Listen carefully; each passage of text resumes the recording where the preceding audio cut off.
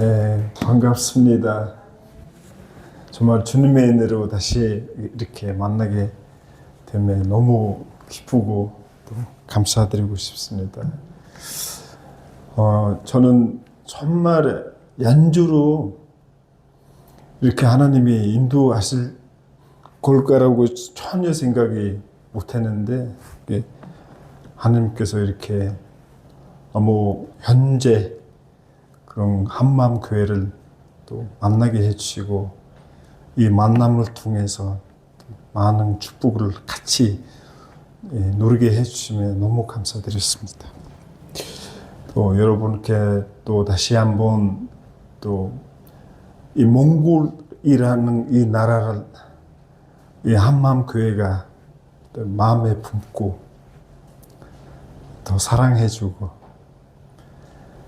그 사랑은 그냥 말로 하는 사랑이 아니라 정말 삶으로 이렇게 해주신 이 사랑에 대해서 너무 감사드리고 싶습니다.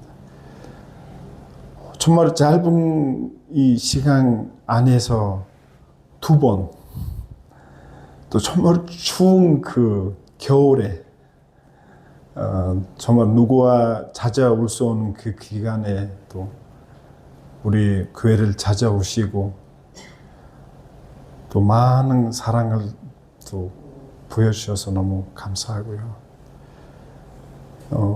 어린이 캠프 해주셨어요. 이번에 어린이 아이들은 너무 즐거워하고 기뻐하고 또 하나님 그 말씀을 집중 듣고 있는 그 시간들을 보고 저도 많이 놀랐습니다.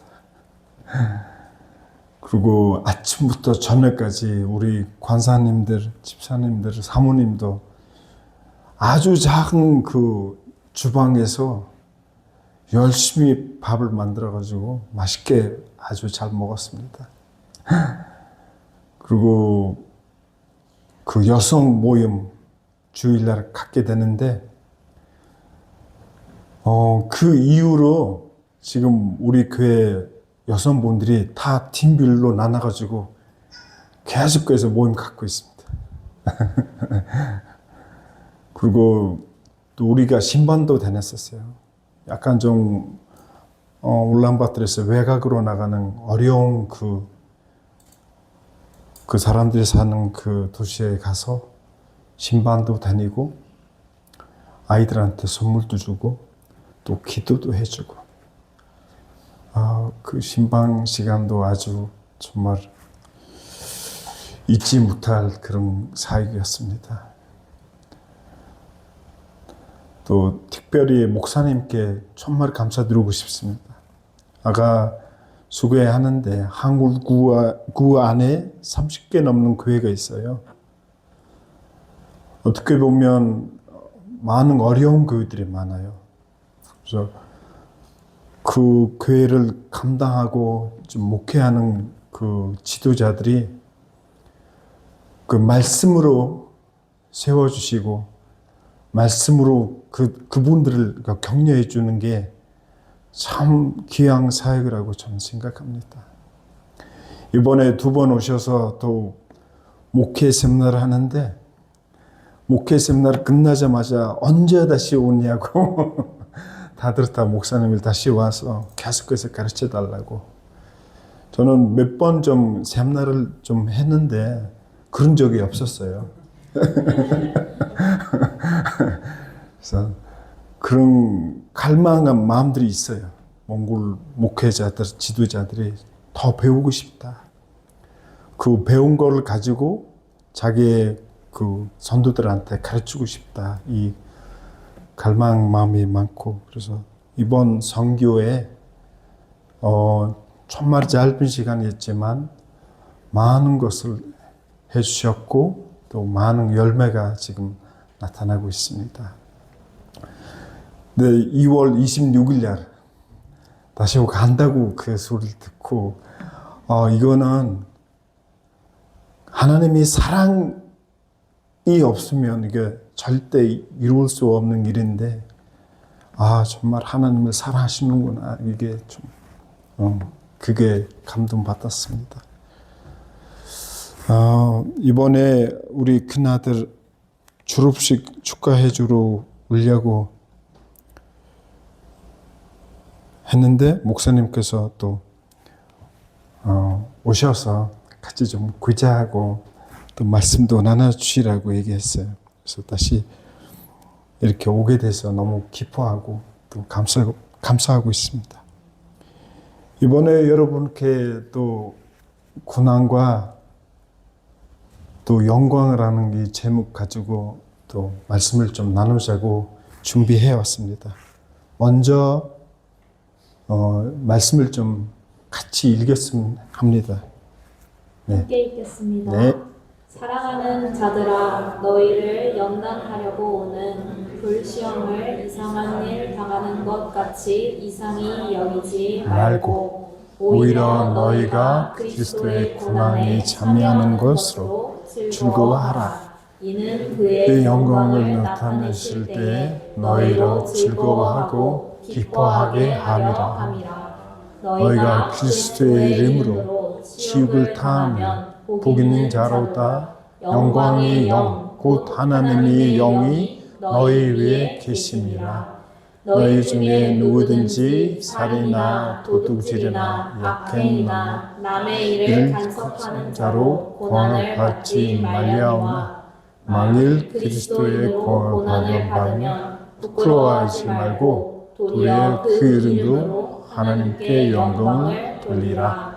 하나님의 집에서 심판 시작할 때가 되었으니 만일 우리에게 먼저 하면 하나님의 복음을 순종하지 아니하는 자들이 그의 마지막 얻으하며 또 영원히 겨우 구원을 받으며 경건하지 아니한 자와 죄인이 어디에 서리요. 그러므로 하나님의 뜻대로 고난을 받는 자들은 또 선을 행한 가운데 그 영혼을 입으신 잔주께 의탁할지어다. 아멘. 아멘.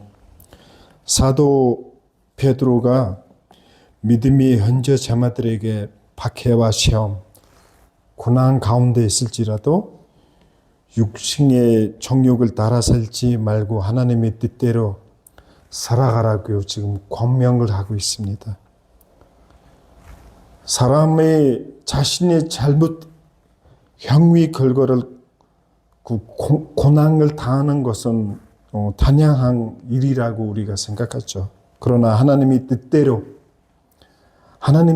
살아가려고 하다 보면 시험과 또 어려움, 더 나아가 그 고난이 계속해서 찾아오게 됩니다. 오늘 우리가 읽은 본문 그러한 상황 속에서 믿는 사람들이 어떠한 태도를 가져야 하는지를 분명히 알려주고 있습니다. 믿음의 삶을 살면 정오롭게 살려고 애쓰고 사람을 차별하지 않고 이해하며 또 사랑하고 돕고 섬기려고 살아가는데 또 이렇게 살아가는데 마음을 괴롭히하고 불안하게 만드는 문제들이 계속해서 우리를 찾아온다면 그것을 받아들이는 일이 결코 우리에게 쉽지 않죠. 이럴 때는 우리는 하나님 왜 이런 문제들이 제 삶에 계속해서 일어나는 것입니까? 라고 질문합니다. 거짓되고 속이는 사람들은 더 잘 사는 것 같은데 왜 믿음을 지키려고 하는 사람들한테 또 애쓰는 사람들한테 왜 이렇게 고난이 옵니까? 라고 우리가 질문하게 됩니다. 그런데 사도 베드로는 고난 가운데서도 기뻐하라고 말하고 있습니다. 사실은 사도 베드로가 자신도 처음에는 그리스도를 다루는 삶이 고난이 없다라고 생각했던 사람 한 사람이에요.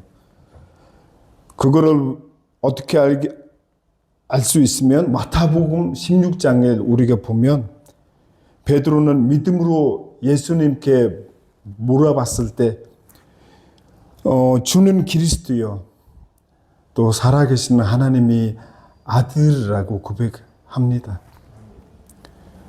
그런데 바로 그 후에 예수님께서 예루살렘 가셔서 장로들과 대제사장들과 서기관들에게 많은 고난을 받고 죽음을 당하실 거라고 말씀하시자마자 제자들 중에 제일 먼저 베드로가 예수님을 따로 모시고 주여 그럴 수 없습니다.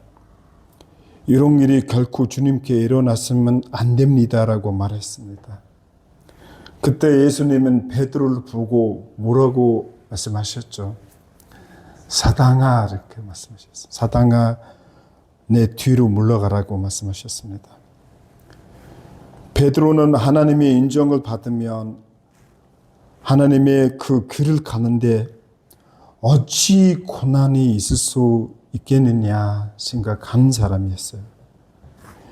예수님을 따르는 삶이 고난이 있던 것을 도저히 받아들일 수 없는 일이었죠. 그런데 이제 베드로는 고난 중에 있는 것은 기쁨이라고 말하고 있습니다. 이것은 결코 베드로 전서의 기록상의 실수가 아닙니다. 베드로가 예수님께서 받으시는 그 고난과 박해가 얼마나 의미 있고 가치 있는 것인지를 깨닫기 때문이죠. 예수님께서 예루살렘 올라가셔서 멸시도 받고 박해도 받고 십자가에서 못 박혀 고난 가운데서 죽으셨기 때문에 우리가 또 온 인류가 죄에서 구원받게 되었습니다. 아멘. 우리가 주대교회 선도들 그리고 모든 시대의 믿음의 사람들이 삶과 역사를 살펴보면 그들의 믿음의 굳게 서서 신앙을 지키며 살아갈 때마다 놀라운 부흥이 일어나는 것을 우리가 볼 수가 있습니다. 동시에 불같은 시험과 훅뚝한 박해가 함께 찾아왔다는 그 사실도 우리가 볼 수 있습니다. 그러나 그러한 고난과 박해 속에서도 선도들의 마음과 하나님을 향한 그 마음 무너지지 않고 오히려 강해졌습니다. 오히려 더 강해졌고 복음은 이전보다 더 많은 사람들에게 전해졌으며 곳곳에 그리스도의 몸 되시는 교회들이 세워졌습니다. 우리는 예수 그리스도를 믿지만 여전히 죄로 가득한 세상 속에서 그 사람들과 같이 살아가고 있습니다. 우리가 진리를 선택하고 진리를 쫓고 진리를 순종하면 진리를 증거하며 살아간다고 해서 이 세상의 사람들이 우리를 보고 참 잘했다고 이렇게 박수 치나요? 아니죠. 오히려 우리를 미워하고 박해할 것입니다. 13절을 보면 그리스도의 고난을 참여한 것으로 기뻐하라고 말씀하셨습니다. 예수님께서 고난을 받으실 때 십자의 그 사건 앞에서 예수님은 기뻐하지는 않았었죠. 예수님은 고난을 앞두고 무릎을 꿇고 기도하셨고 또 한편으로는 두려워했었고 마음이 많이 아파서 하셨습니다. 이렇게 기도했습니다. 할 수 있다면 이 장을 내게서 지나가게 해달라고 그는 기도했습니다. 그러나 그 고난을 감당할 때 어떤 열매가 맺게 될지를 아셨기 때문에 예수님 그거를 선택하셨습니다. 인류가 임해야 할 하나님의 진노와 심판을 예수님께서 친히 짊어지심으로 모든 인류가 그 진노에서 용서받고 구원도 받게 된 것이 바로 우리가 기뻐할 이유입니다. 저는 이렇게 생각합니다. 예수님의 십자가의 그 못을 걷는 게 아니라 모든 인류를 사랑하시는 그 사랑이 거기다가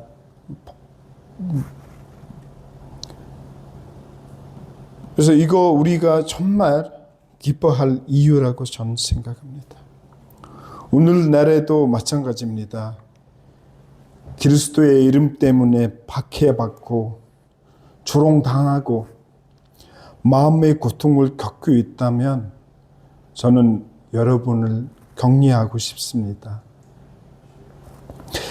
그리스도의 이름 때문에 받는 고난은 정말 부끄러워하지 마십시오.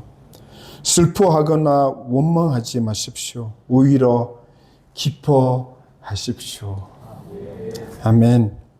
여러분이 마땅한 가야 할 길을 갖고 있는 것입니다.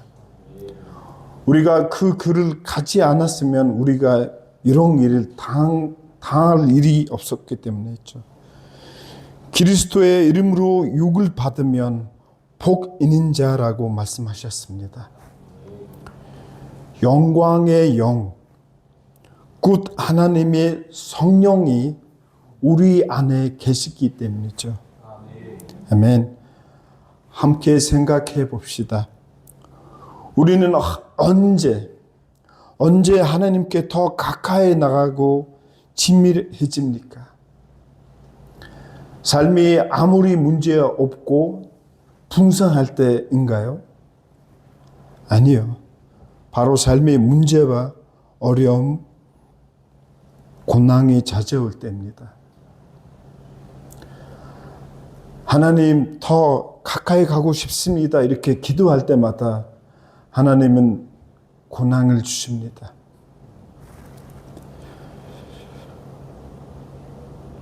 또 인생에서 가장 힘든 순간에 곁에서 도와주고 함께 해준 사람, 우리는 그 사람을 잊지 않습니다. 오히려 평생 감사하고 은혜를 갚고 싶어 합니다. 우리가 그리스도의 고난에 참여할 때 우리는 언제나 그분과 더 가까이 동행하게 됩니다. 또 기도하게 됩니다. 그리고 결코 잊지 말아야 하는 것은 그 뒤에 놀라운 상급이 기다리고 있다는 그 사실입니다. 제가 말한 것이 아니라 성령님께서 그렇게 말씀하셨습니다. 상급이 있다는 것. 로마서 8장 17절, 18절을 함께 읽겠습니다. 네. 자녀이면 또한 상속자 곧 하나님의 상속자요 그리스도와 함께한 상속자니 우리가 그와 함께 영광을 받기 위한 고난도 함께 받아야 할 것이 생각하건대 현재 고난인 잔치 우리에게 영원히 비교할 수 없도다. 아멘. 아멘. 사랑하는 한마음교회 성도 여러분, 십자가와 부활이 함께 있듯이 고난과 영광도 함께 있습니다. 이거를 영어로 no cross, no crown이라고 얘기합니다. 사도 베드로는 믿음으로 주님께 받는 이 계시를 오늘 우리에게 전해주고 있습니다. 과거는 그리스도를 고난을 이해하지 못하고 거부했던 그 베드로가 이제는 고난 가운데서 기뻐하며 찬차 받을 영원한 그 상급을 알게 되었기에 정말 두려움이 없이 담대하게 살아가게 되었습니다. 그래서 그는 그리스도의 이름 때문에 고난 당하는 믿음이 현재 자매들에게 격려를 지금 하고 싶었던 것이죠. 우리의 이 땅에서 삶은 잠시뿐입니다. 그러나 영원한 생명이 있습니다. 19절을 보면 하나님의 뜻대로 고난을 받는 자들이 성을 행하면서 자신의 영혼은 신실하신 그 잔주께 맡긴다고 말하고 있습니다. 믿는 우리는 마지막 순간까지 하나님께 감사하고 모든 일에 기뻐하며 손해를 보더라도 믿음을 포기하지 않아야 합니다. 그럴 때 하나님께서 영광을 받으시고 또 우리를 도우실 거라고 저는 믿습니다. 로마서 8장 37절 함께 읽겠습니다. 그러나 이 모든 일에 우리를 사랑하시는 이로 말미암아 우리가 넉넉히 이기느니라. 이기니라라고 하셨습니다. 아멘. 매일의 삶을 주님께 맡깁시다. 우리의 자녀들도 맡기고 또 가정을 또 맡기고 하시는 모든 사업과 일을 또 맡기고 그의 비전도 맡기고 그의 모든 사역을 맡기고 믿음으로 앞으로 나가갑시다라고 여러분을 좀 격려하고 싶습니다. 네. 우리 다 같이 기도할까요? 네. 이렇게 기도했으면 좋겠습니다. 하나님 아버지, 주님을 사랑하며 주님이 길을 따르는 삶 속에서 고난과 어려움은 불같은 시험 만날 때 두려워하지 않고 담대하게 믿음을 지킬 수 있도록 도와주십시오. 오히려 기쁨과 감사로 충만하여 하나님을 영화롭게 하는 삶을 살게 하여 주시옵소서. 이렇게 기도하겠습니다. 다 같이 기도하겠습니다.